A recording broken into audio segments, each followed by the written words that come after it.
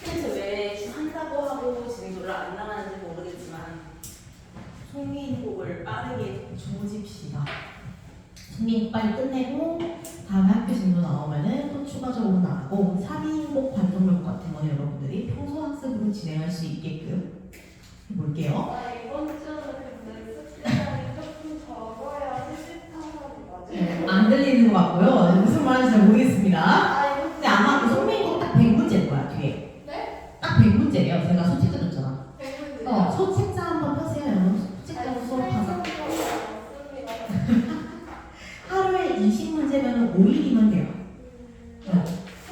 하루에 20문제씩 5일이면 해결되는 송민곡 숙제. 자, 소책자 한번 펴볼게요. 제일 앞 페이지를 한번 펴볼 겁니다. 거기로 진도를 나갈 거예요, 오늘. 자, 여러분 송민곡이라는 거 이름만 들어봤지 지금까지 뭔가 배워본 적이 따로 없을 겁니다. 아직 지도 안 나갔다 그랬죠? 자, 그래서 우리는 나갔어요. 어디까지 나갔어? 그냥 딱 여기 채원이 뭐 채우는 거 전부만? 그러니까 다 그 쌤이 이거 현재어로 읽어주는. 읽어주는 나 열심히 받아 적어라. 네. 오케이. 좋아요. 지금 여러분들이 그러면 학원에서 먼저 진도를 나가는 거네요. 자, 일단 우리가 송민곡이라는 작품을 들어가기 전에 정철이라는 사람이 어떤 사람인지 알고 들어가야 좀 더 이해가 쉽겠죠. 자, 이 정철이라는 사람, 일단 여러분들 송민곡 누가 봐도 옛날 노래잖아, 그렇지? 조선시대에 쓰인 것 같은데 그 조선시대 사람의 이름이 아직까지 우리한테 전해져 내려온다는 거는 그 사람이 맞아 양반, 사대부 꽤나 권력 있는 집안의 사람이었다는 거야. 그래서 정철은요 조선 중기에 우리였고 그리고 서인의 우두머리 뼈인 사람이었다.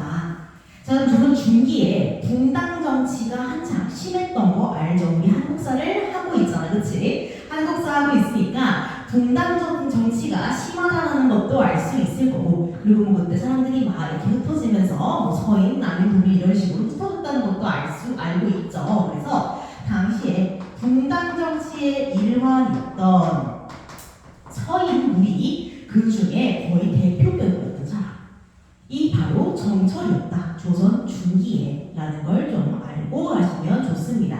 자, 그런데요, 이 당시에 붕당 정치라는 건요, 일종의 패싸움이잖아. 지금으로 치면 정당 싸움 같은 거죠. 그래서 이 싸움에서 지면은 정말로 약간 유배를 가요. 죽은 것까지는 아니고요. 정치 생활이 약간 일부적으로 좀 끝났다라고 말하는 거죠. 그래서 당시에 서인이 진 거야, 당시 싸움에서. 그래서 이 사람들이 다 같이 유배를 갈 수는 없잖아. 그러면 반쪽이 사라지는 거니까. 그래서 이때 당시에 대표격이었던 정철이 대표로 그냥 나간 거다라고 보시면 되는 겁니다. 그리고 정철은 당시 서인의 대표격인 사람이기 때문에 본보기로 그냥 혼자 그 사람이 대표로 유배를 떠났다라고 보셔야 되는 거죠. 그래서 이때 유배를 가게 된다라는 겁니다. 그렇기 때문에 이 송민곡은 사실 유배가사라고 봐야 되는 거예요.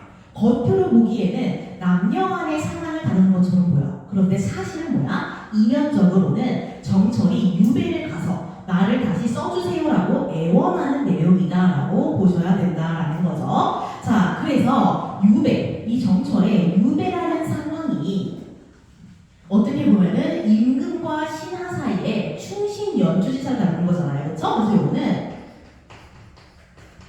충신 연주지사, 다른 말로 하면 뭐예요? 임금과 신하의 관계에 대한 이야기를 일부러 뭐 하는 거다? 일부러 숨긴 거다. 그래서 표면적으로는 뭐예요? 남녀 간의 사랑인 것처럼 숨겼다라고 보시면 되겠죠. 그래서 이 과정에서 활용된 게 뭐냐면은, 자, 이 과정에서 일종의 숨기기가 드러난 거고, 그것을 위해서 여성 화자를 앞세우게 됩니다. 정철이라는 남성, 그러니까 서인의 대표격인 그 사람을 숨기기 위해서 여성 화자를 앞세운 사랑 이야기를 대신 표면상으로 이야기를 하게 됐다라고 보셔야 되는 거죠. 그쵸? 자, 그래서 이게 사실은 이면적인 주제인 거고요. 이게 표면상의 주제인 겁니다. 그래서 일단 우리가 보는 가사는 표면적으로는 여성 화사가 결별한 거야. 결별을 해서 그 상대방인 남성에게 사랑을 이야기하는 내용이다. 그런데 사실 그 이면에는 이 정철의 유배의 역사가 들어가 있기 때문에 임금에게 바치는 충성의 노래다라고 보셔야 한다라는 거죠. 그렇죠? 자, 그래서 이런 특징 때문에 정철의 송미인곡이라는 가사는 유배 가사로 분류가 된다라는 특징을 좀 잡고 가셔야겠죠. 그래서 송미인곡은 일단은 유배 가사다. 유배 가사 쓴 거니까. 그리고 또 중요한 특징이 하나 있어요. 우리말 가사예요. 제가 송미인곡이 제일 쉽다고 한 이유도 그런 이유야. 우리말이 많기 때문이에요. 원래 송미인곡이 속편이라는 뜻이에요. 속편이 뒤에 이어져 이탄이라는 뜻이에요. 송미인곡 앞에 원래는 사미인곡이라는 시즌이 있었어. 사미인곡이에요. 이건 뭐예요? 미인을 사모하는 노래야. 근데 이거의 속편이 바로 뭐예요? 송미인곡. 이거 이미 한번 보낸 거야. 사미인곡을 한번 보냈는데 임금이 안 받아준 거야. 그래서 다시 한번 쓴 게 속편인 송미인곡인데 사미인곡보다 송미인곡에 우리말의 비중이 훨씬 더 많이 들어가 있다. 그렇기 때문에 여러분이 오히려 사미인곡보다 송미인곡을 조금 더 쉽게 접할 수 있는 거예요. 사미인곡은 한자어가 너무 많아서 그걸 다 외워야 되거든. 그래서 이 얘기가 어디에 나와 있냐면요. 김만중, 구운몽 쓴 사람이에요. 김만중이라는 사람의 서포만필 이라는 책에 언급이 돼 있어. 송미인곡은 우리말의 묘미를 잘 살린 아름다운 가사다. 뭐 이런 내용이 김만중의 서포만필이라는 내용에 잘 드러나 있다. 송미인곡 하면 송미인곡밖에 생각이 안 나요. 그게 무슨 말이에요? 송미인곡. 비유마요. 트라우마는 오래가는 법이죠, 여러분. 아무튼 그래서 이런 거다. 사실은 그래서 당시에 정철이라는 사람이 진짜 엄청난 잘못을 해서 진짜 잘못으로 유배를 가. 정말 이런 거 못 써요 임금한테. 근데 이 사람이 사미인곡이든 송미인곡이든 계속 올릴 수 있었던 건 이건 정철 개인의 진짜 잘못이 아니기 때문이야. 이건 그냥 연대 책임으로 얘가 대표격으로 간 거기 때문에 이런 게 다 가능했다라는 걸 좀 알고 가시면 좋겠죠. 이런 역사가 있습니다. 자, 그래서 본격적으로 한번 내용으로 들어가 볼 겁니다. 가사죠. 송미인곡은 가사입니다. 가사이기 때문에 서사, 본사, 결사의 3단 구조를 잘 이해를 하고 들어가는 게 좋겠죠. 모든 가사는 다 그렇게 3단 구조입니다. 서사, 본사, 결사. 그러니까 서로 본론, 결론 같은 거예요. 자, 그럼 한번 들어가 볼게요. 첫 번째 서사입니다. 갈 길이 멉니다. 네. 아, 정격 가사는 말 그대로 정형이야, 정형. 틀이 정해져 있는 거고요. 변격은 거기서 살짝 변주가 들어가는 거다라고 보셔야 되는 겁니다. 여기서는 변격이랑 정격을 구분하진 않을 거예요, 송미인곡. 구분하진 않을 텐데, 송미인곡에서는. 그거 아마 학교에서 설명 뭐라고 했어요? 아마 둘 다 중요하다고 하진 않았을걸? 그냥 둘 다 필기만 해줬을 거예요. 그래서 아마 중요하게 다루진 않을 건데 혹시나 나온다면은 아마도 보기를 줄 가능성이 조금 더 크기는 합니다. 그래서 어쨌든 이거는 초기이기 때문에 정격이라고 보는 게 맞긴 해요. 송미인곡은 정격 가사에 속하긴 합니다. 뒤로 갈수록 변격이 많아진다. 근데 이거는 굉장히 앞에 쓰인 시기 때문에 가사기 때문에 정격이라고 보는 게 좀 더 맞겠죠. 자, 일단은 서사로 한번 들어가 볼 겁니다. 서론인 거죠. 자, 일단은 들어가 볼 건데, 자, 들어가기 전에 일단 내가 대화체란 사실만 조금 잡고 한번 들어가 봅시다.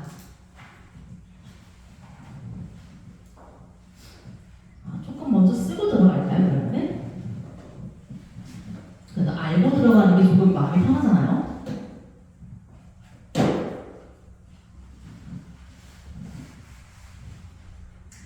자, 그래서 이 작품은요, 대화체가 쓰이는 거잖아. 그쵸?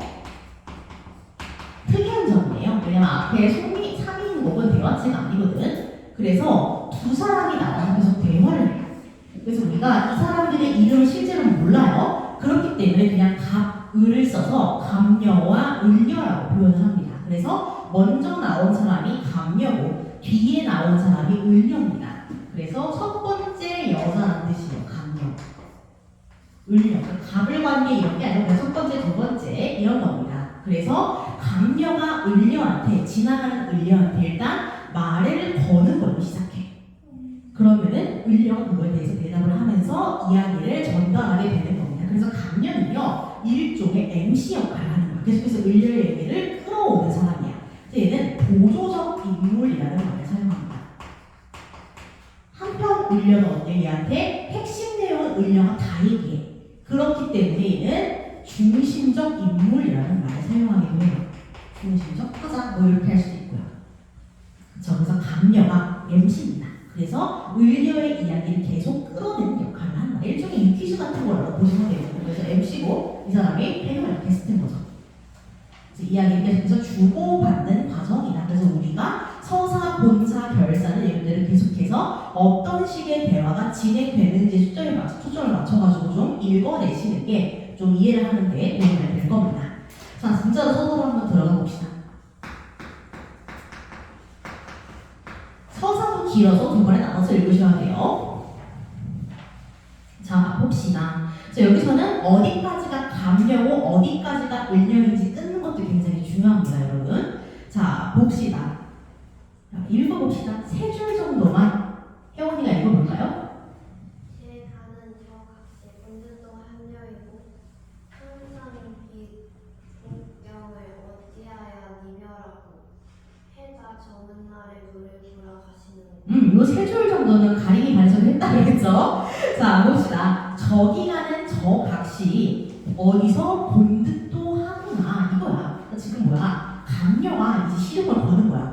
저기 지나간 저 사람 어디서 본 거 같은데? 이런 느낌인 거야. 그쵸? 천상배곡경이래. 천상은 뭐야? 하늘이야, 하늘. 천상계를 얘기하는 거야. 천상계에 있던 배곡경, 이거는 일종의 궁궐 이름이에요. 궁궐 이름이야, 배곡경이. 근데 천상에 있는 궁궐, 하늘에 있는 궁궐이면 누가 생겼어? 그치? 옥황상제가 사는 곳이야. 근데 이 옥황상제가 실제로는 누구겠어? 임금이었죠. 그죠? 어찌하여 이별하고, 그러니까 원래 천상계에 살던 사람이었는데 어째서 그 천상계로부터 이별하고 여기에 와 있는 거야 지금 이 사람은. 그죠? 그래서 해가 다 저문 날에 누구를 보러 가는가라고 갑녀가 말을 먼저 꺼내고 있습니다. 그래서 갑녀가 지나가는 을녀를 보고 어디서 본 사람 같은데? 저 사람 너 천상계 선녀 아니야? 이러면서 어디 가는 거지? 라고 말을 시작하고 있는 겁니다. 그쵸? 그리고 일단 시작은 갑녀가 을녀에게 질문을 던지는 걸로 시작돼요. 그래서 첫 번째죠. 그래서 갑녀가 을녀에게 질문을 합니다. 어디서 본 것 같은 저 선녀 대체 어딜 가냐? 이런 느낌인 거죠. 자, 그래서 이 을녀가 바로 누구예요? 저기 가는 저 각시인 거죠. 그쵸? 얘가 바로 격각시인 거고요. 원래 어디 사람이었다? 천상계 사람이었다. 원래 천상배곡경에 사는 사람이었다라고 얘기를 하는 거죠. 그래서 원래 출생지는 어디다? 천상배곡경. 즉 천상계에 있던 사람이다. 다른 말로 하면은 옥황상제의 궁궐,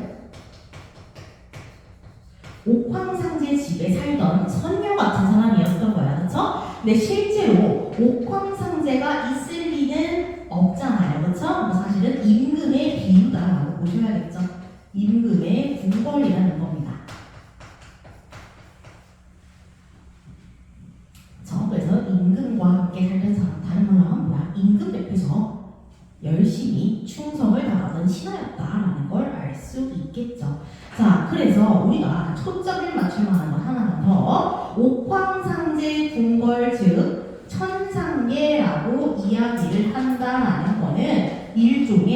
이원론적 세계관의 가능성을 보여준다라고도 이야기할 수 있습니다.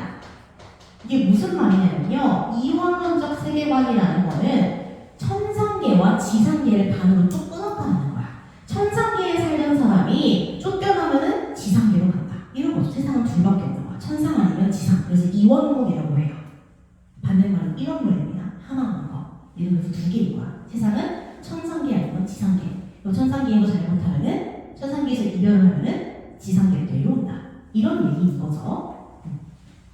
어쨌든 자, 그랬던 천상배곡경에 왔던 사람이 어떻게 된 거야? 이별을 해서 지상계로 오게 된 거야. 이원론적 세계관에 의하면 다른 말로 하면 뭐예요? 인과 이별을 하게 된 거다라고 하는 거죠. 그래서 이별을 하고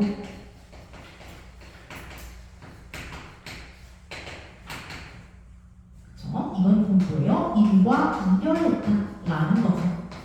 인과 이별을 했다라는 거는 옥황상제와 이별했다라는 말도 가능하고 천상계 사람이랑 이별했다. 그리고 임금과 신화 관점으로 가면 어떻게 된다? 유배웠다. 이렇게 해석할 수도 있다라는 거겠죠. 자, 그 다음으로 한번 가볼 겁니다.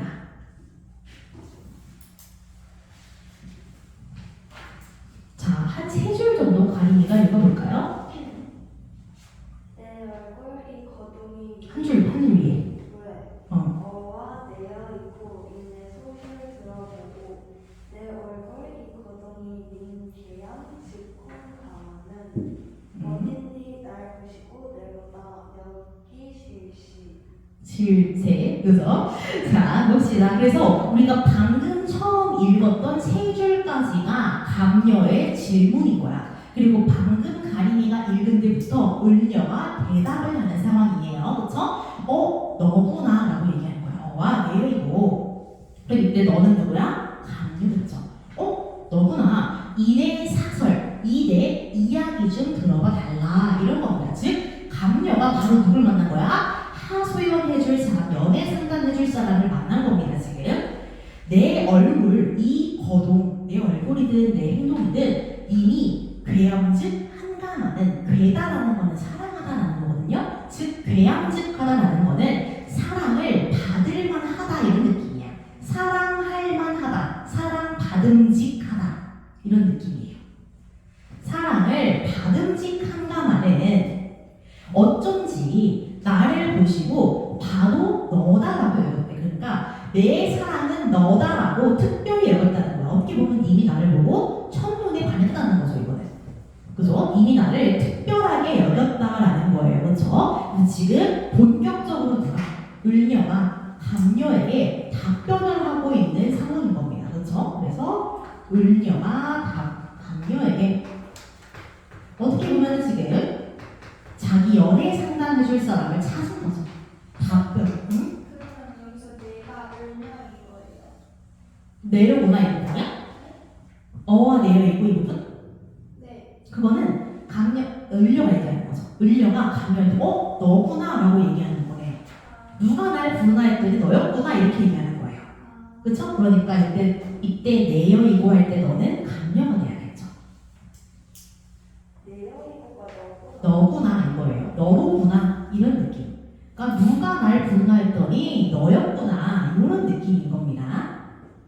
인내 소리를 들어보고 이야기 좀 들어보고 인의 사설이에요. 그래서 내 이야기 좀 들어봐달라 이런 얘기야. 하소연을 시작하겠다라고 얘기하는 거죠. 자, 그 다음 세 줄입니다.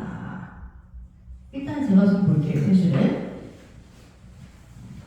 나도 님을 믿어 군뜻이 전혀 없었대. 그래서 님이 나를 특별히 여겨주니까 나 역시 님만을 믿었고 그래서 다른 생각이 전혀 없었대. 군뜻이 전혀 없었다. 다른 생각이 전혀 없었다라고 얘기하는 거야. 즉 나는 님을 향해서 일편단심의 마음을 가지고 있었다라고 얘기를 하는 거죠.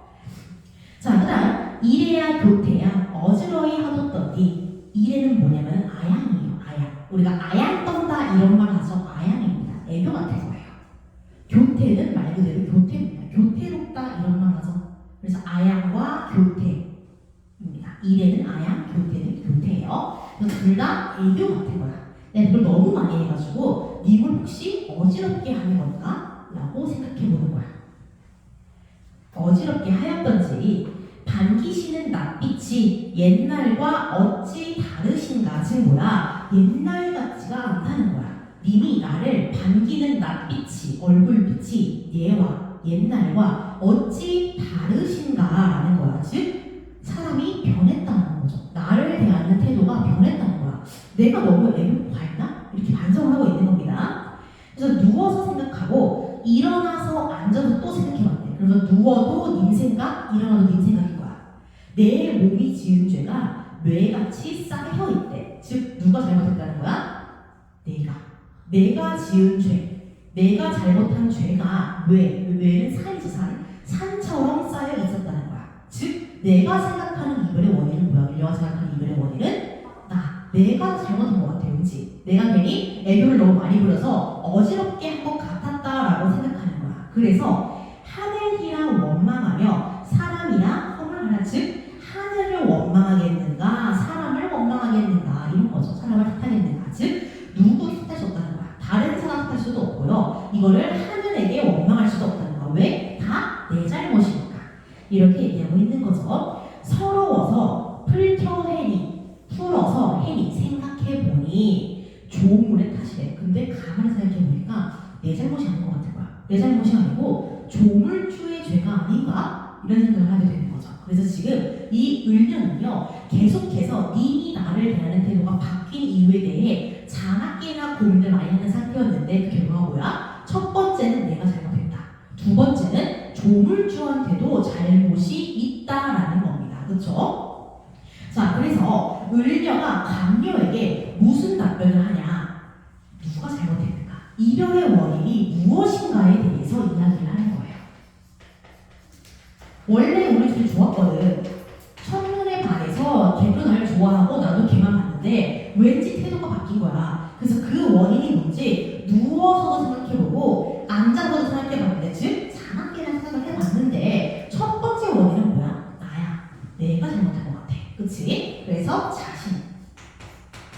내가 지은 죄가 산처럼 쌓인 것 같아. 내가 너무 애교를 많이 부린 것 같아. 그 사람을 귀찮게 한 것 같아. 이렇게 얘기하는 거야. 두 번째는 누구야? 조물주.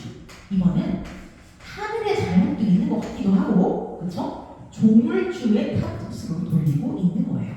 그죠? 하늘이죠. 그러니까 이 약간 신 같은 거야. 절대자. 그래서 다시 말하면 이건 어떻게 보면 운명론적인 거예요.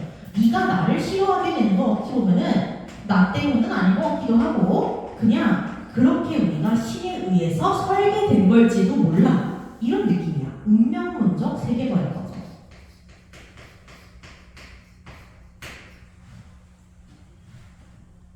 그죠? 그래서 이런 식으로 열심히 답변을 합니다. 그럼 이제 어떻게 해야 돼? 또 이거에 대해서 한번 추임새를 넣어줘야 될 거 아니야. 그치? 이제 본사로 들어갑니다. 자, 본사로 이쯤이죠. 들어갈 거고 시야가 3줄 정도만 읽어볼까요? 생각과오 미친 일이이셔이다. 님을 외셔 이셔 님의 일을 내알거니 물같은 얼굴이 편히 실적 면날이고 자, 그래서 본사 들어갔는데 바로 뭐라 그래? 글란 생각마오. 그런 생각하지 마세요. 이거 감녀가 말하는 거겠어? 을녀가 말하는 거겠어? 감녀가 위로해주는 거야. 그런 생각하지 마세요. 그런 거 생각하지 마시고요. 라고 말했더니 바로 을녀가 뭐라고 대답해? 맺힌 일이 있습니다라고 자기의 이야기를 한 5억자 정도로 얘기하겠다라는 걸 암시하고 있는 거죠. 자, 그래서 본사의 첫 번째는 감녀가 을녀를 위로하는 걸로 시작해요. 그런 생각하고 되게 위로를 합니다. 그랬더니 위로를 들은 을녀가 폭주를 합니다. 그 다음부터는 맺힌 일이 이셔이다라고 하고 자기 마음속에 맺힌 일을 감녀에게 전부 다 하소연하겠다라고 암시하고 있는 거야. 즉 너에게 내가 모든 걸 얘기하겠다. 지금 자기 얘기를 들어주는 사람을 만난 거예요. 그래서 이 바로 하소연으로 돌아갑니다. 그러니까 연애 상담을 신중하게 하셔야 돼요. 이렇게 됩니다. 영원히 지금 궁금하지 않은 남의 사랑 얘기를 이렇게 오랫동안 몇 년이 지났겠다. 500년이 지나겠다.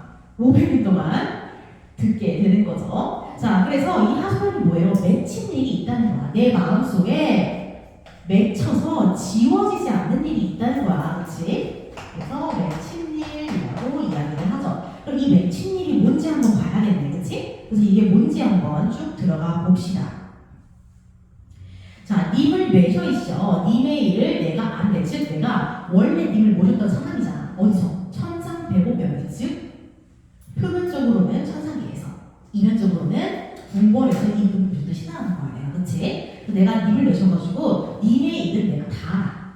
그래서 물 같은 얼굴이 편하실 적이 몇 날이었을까? 즉 물처럼 연한 몸이라는 거야. 연약한 몸. 그래서 우리가 물몸이라는 말을 지금도 써요. 물처럼 막 연약한 몸을 다 물몸이라고 해. 잘 막 약간 요즘에는 근데 운동해도 근육이 잘 안 붙는 몸? 그런 몸을 물몸이라고 하더라고요. 그러니까 여러모로 연약한 몸인 거죠. 그렇죠? 그래서 물같이 연약한 몸이. 이때 얼굴은요. 진짜 그 이목구만 얘기할 게 아니고 몸 전체를 얘기하는 거야. 이게 나중에 현대어로 오면서 얼굴의 의미가 축소될 거예요. 당시에는 몸 전체를 가리키는 말이야. 얼굴은. 그래서 물처럼 연약한 몸이 편하실 적이 몇 날일까? 지금 뭐야? 나는 님을 잘 알아. 그래서 님이 연약한 사람이기 때문에 몸이 편한 날이 별로 없다는 걸 잘 안다라는 거예요. 자, 그 다음 쭉 한번 들어가 볼게요. 계속. 춘한고열은 어찌하여 지내시며 춘한고열이래. 춘 무슨 춘이게? 봄춘 맞아요. 한은? 맞아요. 한파할 때 한이야. 그치? 그래서 봄의 추위와 고열, 고통스러운 더위야. 언제겠어? 봄 다음 뭐예요? 여름. 그치? 그래서 봄의 추위와 여름의 더위는 어찌하여 지내시며 어떻게 지내며 추일동천. 추는 뭐였어? 봄은? 그치? 가을과 겨울의 날씨는 누가 모셨냐는 거야. 즉 사계절을 다 걱정하는 거야. 봄은 춥고 여름은 덥고 그렇다고 가을 겨울 날씨는 좋은 게 아니잖아. 그치? 그러니까 그 매일매일의 날씨를 대체 그 임을 누가 모셨는가라고 얘기를 하는 거죠. 그 다음 죽조반 조석 외에 예와 같이 세시는가. 죽조반이 뭐게? 진짜 죽이에요. 죽. 그러니까 임금이 원래 아침을 먹기 전에 진짜 본격적인 아침을 먹기 전에 죽을 먹어요. 전체 요리가 있어요. 밥 먹기 전에 그 죽을 얘기하는 거야. 아침에 먹는, 아침 식사를 하기 전에 먹는 죽. 그리고 조석 외는 아침 저녁으로 먹는 밥을 얘기하는 거야. 이때 외는 산이 아니고 밥이에요. 좀 특이하죠? 그래서 아침 전에 먹는 죽이랑 또 아침 저녁의 진지는 옛날 같이 드시는가 올리시는가 이렇게 볼 수가 있는 거죠. 그러니까 밥은 잘 먹냐 이런 느낌이에요. 사실은 밥 잘 챙겨 먹나. 기나긴 밤의 잠은 어디 자시는고. 긴 잠은 대체 어떻게 주무시는가라고 모든 걸 궁금해하고 있어. 이 사람 매일매일의 그 날씨는 잘 견디고 있는지, 밥은 잘 먹는지, 잠은 잘 자는지 아주 궁금해하고 있는 거야. 전형적인 로맨스서죠. 임금일 뿐이야 이게 지금. 그래서 이 사람이 지금 하고자 하는 하소연은 뭐야? 맺힌 일은 뭐야? 내가 이 사람을 너무너무 걱정하고 있다라는 거예요. 근데 이거를 아무도 안 알려주는 거야 나한테. 그래서 그게 걱정이 된다는 거야. 그래서 이 맺힌 일이라는 거는 일단은 사계절의 생활,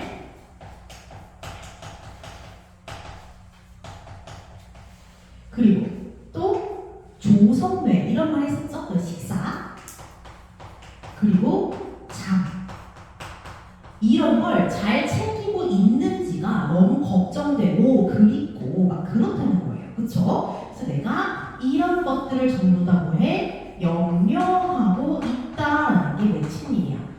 근데 걱정하는데 아무도 소식을 전해주지 않는다. 이게 너무 슬프다라는 거겠죠. 자, 그래서 우리가 이거를 또 사자성어로도 표현을 할 수 있어요. 뭐라고 하게? 엄청 걱정하고 막 애쓰는 거야.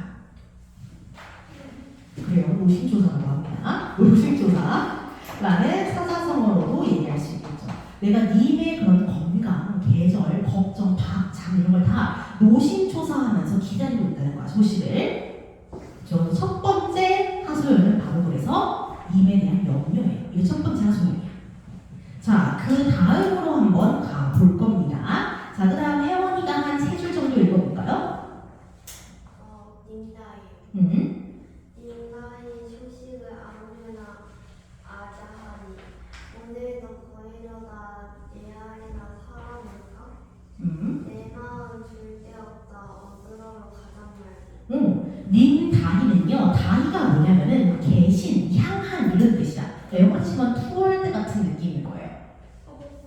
그래서 님이 계신 곳의 소식을 아무려나 아무렇게나, 즉 어떻게 해서라도 알려고 하는 거야. 왜? 궁금하니까. 걱정이 너무 많이 되잖아, 그렇지? 궁금해서 알려고 하는데 오늘도 거리가, 즉 오늘도 다 지나간 거야. 밤이 된 거야. 지금은 이제 밤에 전화하면 되는데 그때 그런 게 없죠. 사람이 와야 돼. 문제집까지. 그쵸?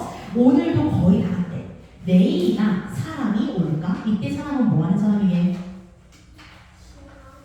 그쵸? 뭐 님의 소식을 전해줄 사람이겠지. 이때 사람은 님의 소식을, 이런 소식을 전해줄 사람인 거야. 내일이나 올까? 오늘은 긁는 거야. 오늘은 다 지나갔으니까. 근데 올지 안 진짜 모르는 거죠. 내 마음을 둘 데가 없대. 어디로 가자는 말인가 이거야. 내 마음을 둘 데가 없으니까 지금 어디론가 좀 가야 되지 않을까 이런 생각을 하고 있는 거야. 자, 그래도 진짜 어디로 가요? 자, 어디로 가는지 한번 봅시다. 그 다음부터 가린이가 4줄 읽어볼까요? 사건이 물건이 높은 외해 올라가니 구름은 크니와 안개는 무슨 일고 산천이 어둡거니 이거를 어디서냐 지척을 모르거든 하늘을 바라보랴. 그래서 진짜 어디 갔어? 어디에 갔냐면요, 잡거니 밀거니, 즉 내가 산에 가야 돼. 그 산에 가야 되니까 옆에 바위든 나뭇가지는 잡고 밀고 막 하면서 높은 산으로 올라간 거야. 그래서 올라갔는데 어때? 왜 올라갔어 이 사람이? 근데 이 위로? 구려.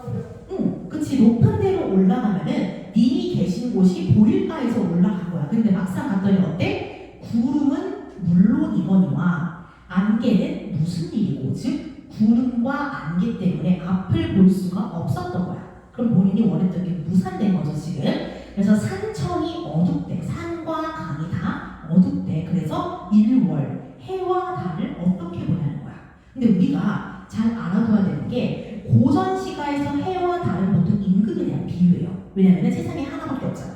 그리고 빛나잖아. 그쵸? 그래서 세상을 밝게 비추는 하나밖에 없는 존재니까 보통 일월은 임금을 가리키는 말이에요.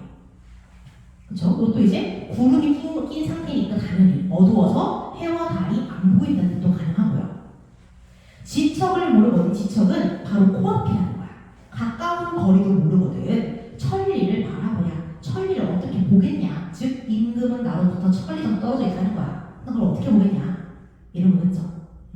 실제로 천리까지는 아닐 거고 이게 심리적 거리일 가능성이 커요.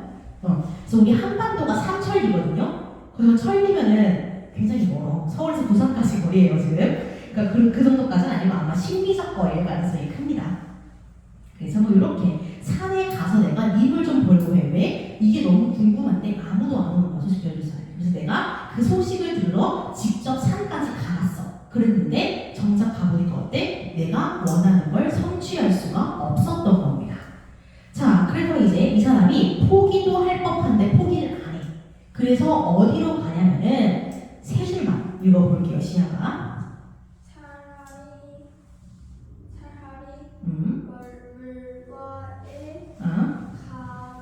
백일기나 야하니 바람이야 물결이야 어둠령 백결이를 사공은 어디 가고 비만 걸렸는고.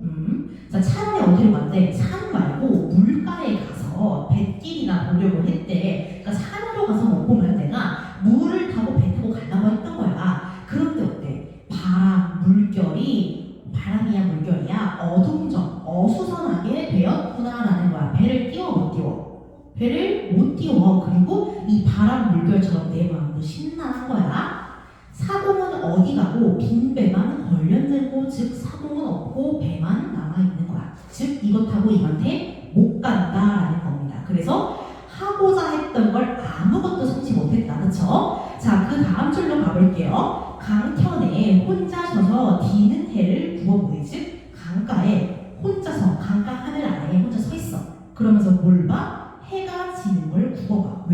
오늘 다 지나갔잖아. 진짜 이제 할 수 있는 게 없어. 해가 지니까. 오늘 해가 다 지는 걸 그거 봤는데 님 다히, 님 계신 곳에 소식이 더운 어때? 아득하게. 오늘도 지나갔고 산, 바다 아무데로 님을 보러 못 가고 있는 거야. 이게 나의 하소연의 내용인 거죠. 이게 궁금해서 열심히 뭐든 해보려고 했는데 아무것도 못한 거잖아. 그래서 아주 하소연만 가득한 상태다라고 보셔야 되겠죠. 그래서 일단 여기까지 보고 좀 정리를 해볼게요. 자, 그래서 이 염려로 인해서 얘가 지금 뭐든지 좀 해보려고 어디로가 갑니다. 그 어디로 간 곳이 어디였냐면은 일단은 높은 뇌죠. 높은 뇌. 그대로 쓸게요. 높은 뇌에도 가보고요. 또 어디에 가? 물가에도 가봐. 이 두 군데에 가봐. 왜? 이렇게 하면은 왠지 님 계신 곳의 소식을 알 수만 있을 것 같은 거야. 그쵸? 자, 그래서 내가 산에 가서 님 소식을 알라고 했더니 이번엔 누가 등장을 해? 구름이랑 안개가 등장을 한 거야. 그치? 구름이랑 안개가 방해를 해. 그쵸? 그래서 포기하고 물가로 왔어. 물가로 왔더니 뭐가 이번에 방해를 해? 바람. 그치? 바람이랑 물결이 방해를 해. 그쵸? 자, 그래서 얘네는 뭐예요? 우리가 님의 소식을 아는 것들을 알라고 간 거였는데 그거를 막는 대상들이잖아. 그치? 그럼 얘네는 일종의 방해꾼이라고 볼 수가 있을까 없을까? 있겠죠. 그래서 얘네들은 이 전부 다 뭐야? 내가 님에게 가는 거를 방해하고 있는 거야. 그래서 방해물, 장애물이라고도 볼 수 있겠죠. 그쵸? 자, 그래서 단순히 이게 사람 얘기야. 그럼 이제 단순히 장애물 하고 넘어가겠지. 근데 이게 무슨 얘기였어, 원래는? 유배, 충신연륜사 얘기잖아, 그치? 그러면 인과 나 사이를 막는 장애물은 현실적으로 뭐겠어요? 간신이죠, 그치? 그래서 이건 방해물인데 어떻게 보면은 간신이라고도 해석을 할 수 있는 거야. 인과 나 사이에 계속해서 이간질하고 막고 있는 사람이야. 근데 이렇게 보내면 임금이 이해했을까요? 임금은 가장 그래도 우리나라에서 당시 조선에서 가장 뛰어난 학문 성취를 가지고 있는 사람일 거기 때문에 이해를 했었어야 할 겁니다. 이해 못하고 던져버리면 어떡해 이거. 너무 슬픈 얘기잖아요. 구구절절하게 썼는데. 자, 그 다음으로 한번 가볼게요. 네. 근데 그 여기 서사에서 응. 이그 을녀가 응. 그 어딘지 날고지로 내려놔 여기 시시 다음에 말하는 부분 있잖아요. 응. 거기도 을녀가 다 말해요. 다 을려예요 이거는. 쭉 을려 얘기하는 거야. 네.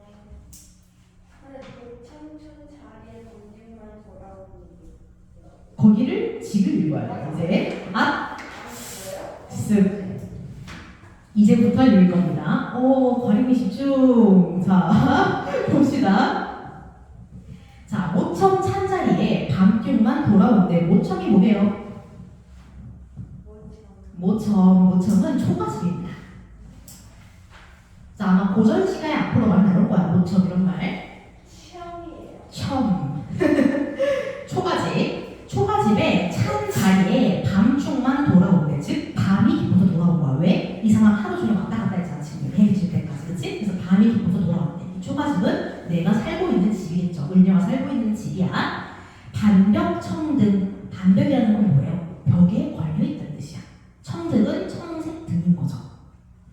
이거는 누구를 위해서 밝았는가라고 이야기를 해요. 근데 이 청등이요. 청사초롱일 수도 있어. 근데 보통 우리가 청사초롱을 건다는 거는 누군가 겨눈다는 거야. 결혼할 때 쓰는 거야, 청사초롱은. 그래서 이 사람이 이렇게 님과 헤어져서 님에 대한 염려 때문에 하루 종일 뺑이를 쳤잖아, 그치? 그리고 아무것도 얻지 못하고 집에 혼자만 걸어와, 어두운 밤에. 근데 길거리에 누군가가 결혼을 했는지 청사초롱을 걸어놨어. 그럼 마음이 어떨 것 같아? 겁나 슬프겠죠, 그치? 그래서 이 반벽청등은 화자의 외로움을 심화하는 소재라고 보셔야 해. 기분이 안 좋을 거야. 나는 누구랑 헤어져가지고 지금 이렇게 안달복달 하면서 뺑이를 치고 있는데 누구만 결혼했네? 기분이 썩 좋지 않겠죠? 자, 그래요. 그래서 계속 봅시다. 누굴 넣어야 밟는 거? 오르며 내리며 해 뜨며 바자니. 오르며 내리면 뭐야? 산을 오르락 내리락 한 거야. 올라가며 내려가며 해 뜨며 헤매며 바자니 서성이니. 오늘 내가 하루 종일 한 빼기의 내용이죠. 적은 덧 역진하야 풋장을 잠깐 드니. 적은 덧은 어느덧 잠깐 이런 거예요. 역진 이거는 기력을 소진한 거야. 역진 그래서 기력을 소진해서 힘이 다해서 풋잠에 들었대. 그래서 하루 종일 빼기를 치고 힘들어서 수면에 잠이 든 거야. 지금 외로움을 잔뜩 느끼면서. 자, 그 다음에 정성이 지극하네. 이렇게 헤맨 정성이 지극하여 꿈에서 님을 봤대. 드디어 누굴 만난 거야? 꿈에서 님을 만난 거야. 그래서 고전 시가에서 꿈이 나오잖아. 그러면은 그리워하는 사람을 만나는 매개체가 될 확률이 커요. 현실에서 못 만나니까 꿈에서 만나는 거야. 슬프다. 슬프죠? 그렇지만 유배라는 거 사실은 이게 진짜 사랑이 아니고. 자, 옷 같은 얼굴. 누구의 옷 같은 얼굴이 있어? 님. 님의 옷 같은 얼굴이 반이나마 늙었대. 내가 없는 동안 님이 확 사가버린 거야. 그러니까 어떻겠어? 이런 거 엄청 걱정했잖아. 힘들까봐. 근데 꿈에서 보니까 어때? 얼굴이 사갔대. 그럼 잘 지낸 거야? 못 지낸 거야? 그냥 얘도 슬프겠지. 그래서 마음에 먹은 말씀을 실컷 하려고 했대. 그러니까 내가 님을 언젠간 만나게 되면 님한테 하고 싶었던 말이 있었던 거야. 그래서 그거를 막 열심히 하려고 막 말을 하는데 눈물이 반하나니. 눈물이 연달아서 나는 거야. 눈물이 계속 나서 말씀인들 어이하며 정을 못 다하여 목조차 매였는데. 그러니까 목이 메고 눈물이 나서 하고자 했던 말을 아무것도 못한 거야. 꿈속에서. 그쵸? 그런데 그 와중에 오렴되는 방정맞은이야. 방정맞은 개성. 개는 닭개자입니다. 삼계탕 할 때 개예요. 그래서 개성, 닭소리죠. 닭 울음소리에 잠은 어찌 깨었던고. 닭소리 때문에 잠시 깬 거야. 닭이 울어서. 닭이 울어서 자기 깬 거예요. 이거 신경이 쓰이네.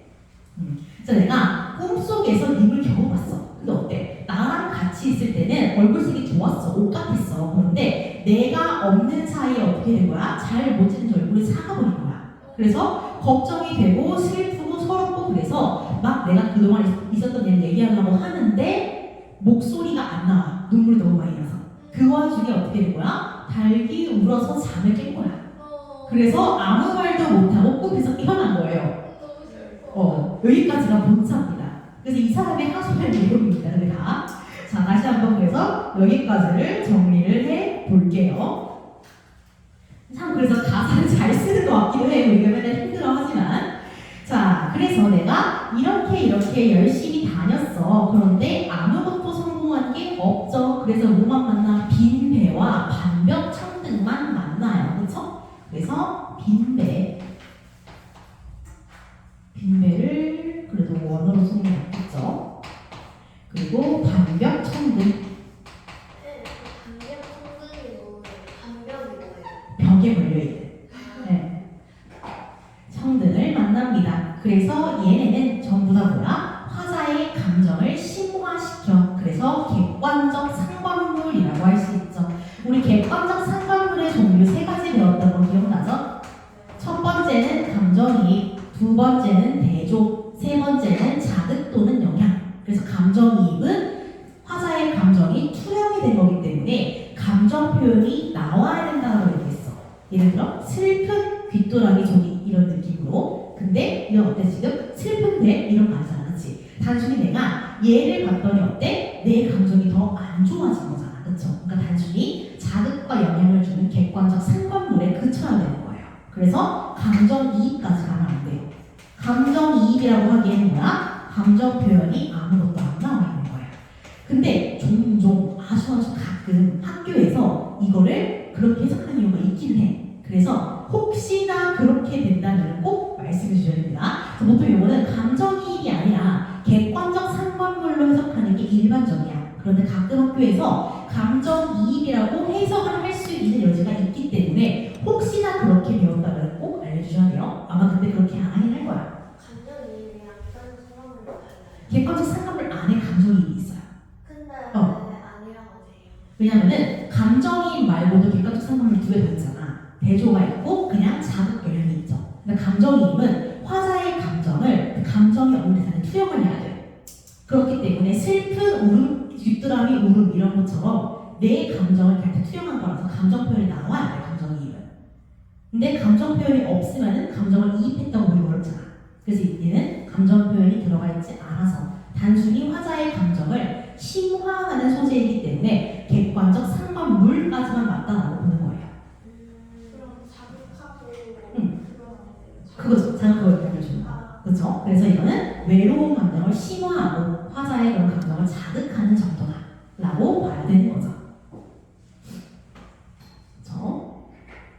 자, 그 다음 자리가 애매하네. 자, 그 다음 꿈으로 갈 겁니다, 이제. 그래서 이 사람이 외로움이 잔뜩 심해진 상황에서 무엇을 꿔요? 꿈을 꿔요.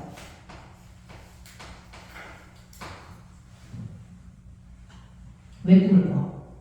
잠에 들었으니까. 그렇죠? 풋잠에 들었으니까. 왜 풋잠에 들어? 때리쳤으니까. 피곤하니까 풋잠에 든 겁니다. 그렇죠? 자, 그래서 이 풋잠을 들어서 꿈까지 간 게 임을 만나기 위한 일종의 매개라고 봐야 되는 거죠. 그래서 꿈을 매개체로 삼아서 임을 만난 거야. 그런데 뭐가 방해를 해? 개션. 오염된 개션. 닭소리가 나를 방해를 했네. 그래서 깨버렸어. 할 말 못하고 내가 기상했다. 그래서 슬프게도 기상합니다. 일어나요. 그래서 할 말을 다 못한 상태다 라고 보셔야겠죠. 자, 그런데 이 개션은요 간시대라고 안 봐요.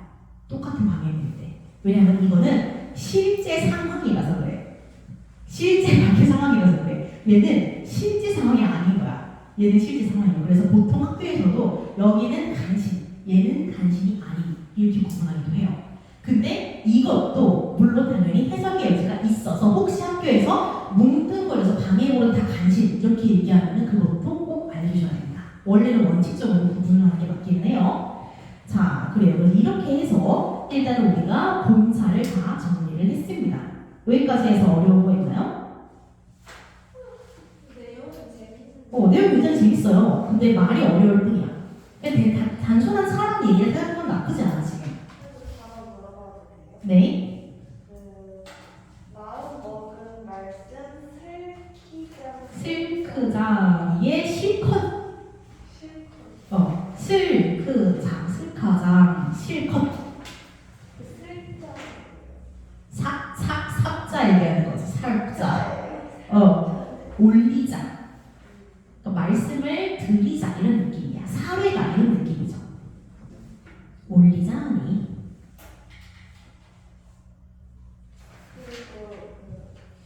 바로 아래 바다만이 말씀인들, 말인들 어이하며 눈물이 연달아나니 말인들 어이하며 말을 어이하는가 어찌하는가 이런 거죠. 말을 못하겠다. 눈물이 너무 많이 나서. 맨 마지막에 깨졌던 거? 깨었던 거. 잠은 어찌 깨었던 거. 자, 여기까지 해서 그래서 본사 끝. 하소연 3개 들었죠. 우리 지금 첫 번째 하소연은 님이 너무 걱정된다. 염려. 두 번째 하소연은 뭐야? 뭐였어? 두 번째 하소연. 그치. 소식 알고 싶을 때는 다 실패했어. 그치? 세 번째는 뭐야? 꿈꿨는데 알도 못했어. 너무너무 그리워. 이거죠. 자, 그 다음 마지막 결사로 들어갈 겁니다. 누구까지 읽었지? 그래요. 혜원이가 읽어봅시다. 자, 혜원이 세 줄 읽어보자. 어와 허사로가 이미 어뢰나고 어린이라 앉아 창의하고 바라보니 어여쁜 그림자 날 좇을 뿐이로다. 어와 허사로다. 어와 헛된 일이로다. 이 일이 어디로 갔는고. 결에 일어앉아. 결은 잠결이야. 잠결에 일어나서 앉아서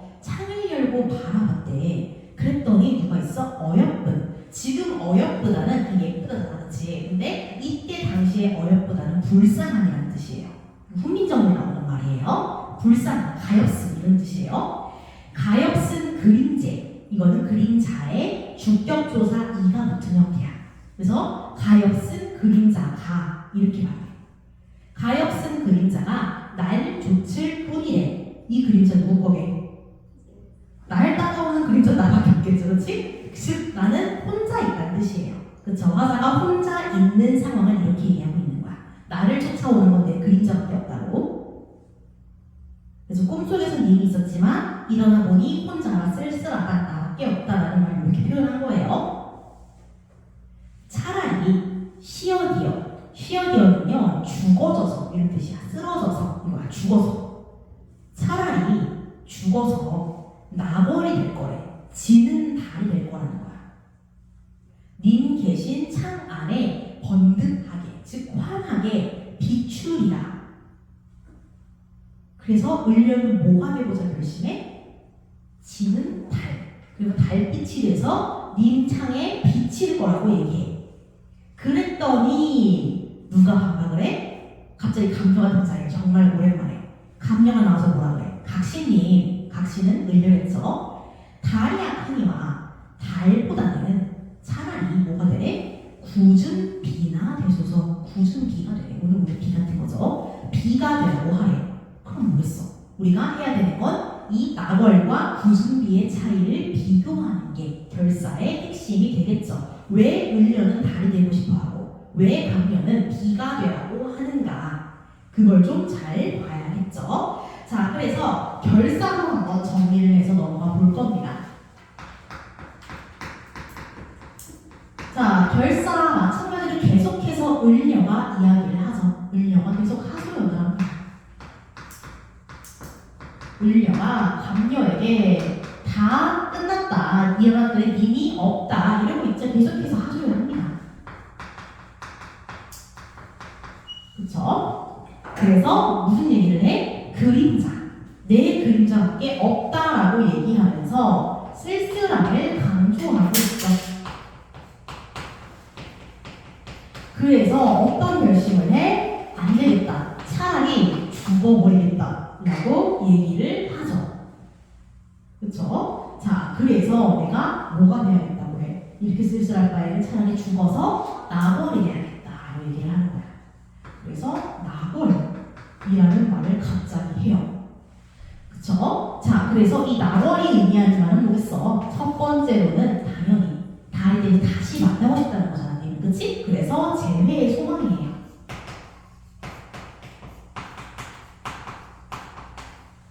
그쵸? 그리고 달빛은 변해 안 변해? 안 변해. 우리 오후가 기억나죠? 달은 안 변하는 거. 그래서 변함없는 사랑이죠.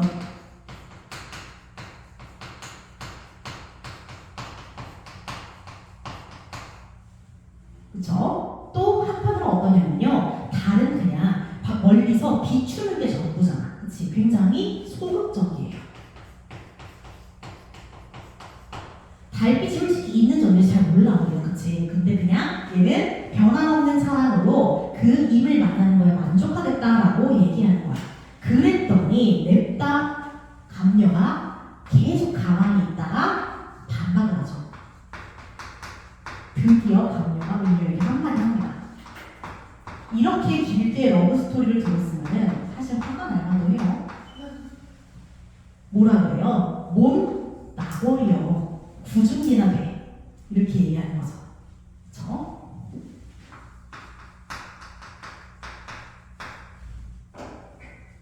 그래서 이 구중기는 뭐였어요? 적극적이죠. 그러니까 이게 원문을 그대로 해석하면요. 나벌은 물론이고 구중기가 되소서 이거예요. 나벌도 좋아. 나벌 돼. 근데 구중기도 되는 게 좋을 것 같아. 이렇게 얘기하는 거예요. 나벌이 나쁘다고 얘기하는 건 아니야.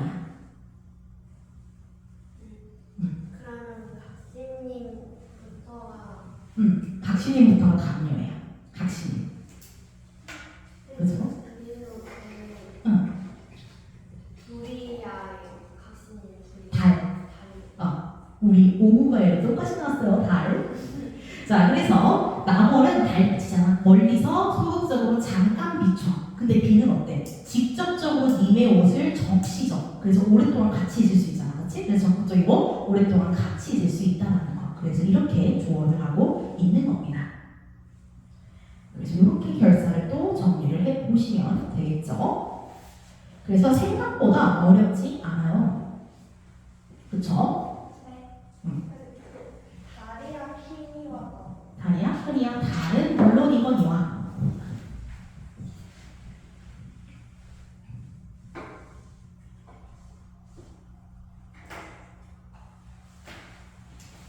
그래요. 살짝 힘들죠? 자, 그래서 우리 나월은 시각이에요. 달빛이잖아, 그치? 근데 얘는 어때요? 부준비. 당연히 눈으로 보여, 빛을. 그리고 또 어때? 소리도 나, 그치? 시각, 청각이에요. 빗소리가 나잖아. 그래서 여러모로 얘가 조금 더 적극적이다. 가야겠죠? 자, 그래서 전반적으로 한번 쭉 정리를 해볼게요. 일단은 이 작품의 가장 큰 특징은 대화체를 사용한다라는 거죠. 그래서 보조적인 인물, 보조적 화자인 감녀가 을류에 계속해서 이야기를 끌어내는 역할을 해. 그래서 뭐 질문도 던지고 조언도 하고 위로도 하고 그래요. 그래서 이 사람은 질문, 위로, 조언 이런 걸 한다. 그럼 을류는 뭐해? 내 얘기를 겁나 많이 그냥 본사 내내 자기 얘기밖에 안 해. 그치? 그래서 이 사람은 중심적 인물이고 주로 하소연을 한다 라는 특징이 있겠죠.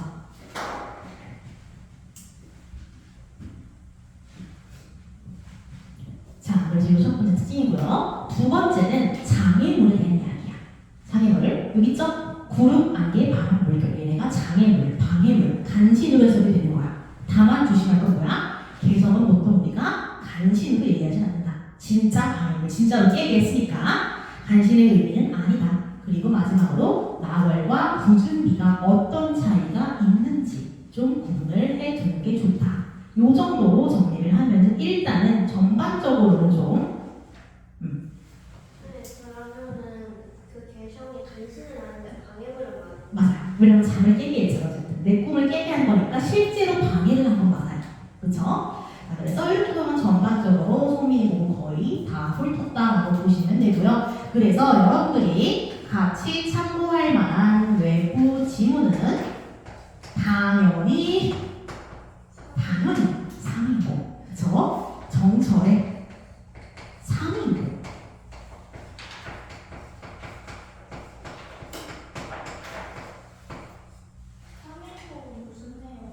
이거의 1편입니다. 그래서 봄, 여름, 가을, 겨울을 나누어서 봄에는 님에게 뭘 해주고 싶고, 여름에는 님에게 뭐 해주고 싶고, 겨울에는 뭐 해주고 싶고, 가을엔 뭐 해주고 싶다. 이만큼 내가 당신을 사랑한다. 라고 얘기하는 겁니다. 연애 편지가. 장난 아니죠? 완전 연애 편지예요. 아무튼. 그리고 또 같이 봐주면 좋은 게 유배가사. 조리의 만분가. 이 분은 분노해요. 그래서 유배가서 너무 화가 난다. 이런 얘기를 하고 있는 거고요. 유배가사의 표시, 처음이라고 볼 유배가사까지 하는데 유배와 관련돼서 이런 억울함을 토로하는 것이 첫 번째라고 볼 수 있는 정설의 정과정이라는 작품도 봐보시면 좋습니다. 아마 좀 문제 다 실려 있을 겁니다. 정설의 정과정 이런 것도 좀 같이 봐두면 좋아요. 뭐 그 밖에도 유배를 가서 힘들어하는 내용이 참 많기는 한데요. 북천가라고도 있어요. 이거 누구 건지 기억이 안 나네. 이번에 수능 특강에 나오는데 이것도 유배 가사야. 근데 이거는 지금 다 유배 가서 힘들어 죽겠고 나의 억울함을 알아주세요 이런 거죠. 전부 다. 나 다시 오고 싶다. 근데 북천가는 약간 내용이 달라요. 북천가는 어떤 내용이냐면은 유배를 즐게만 하는 내용이야.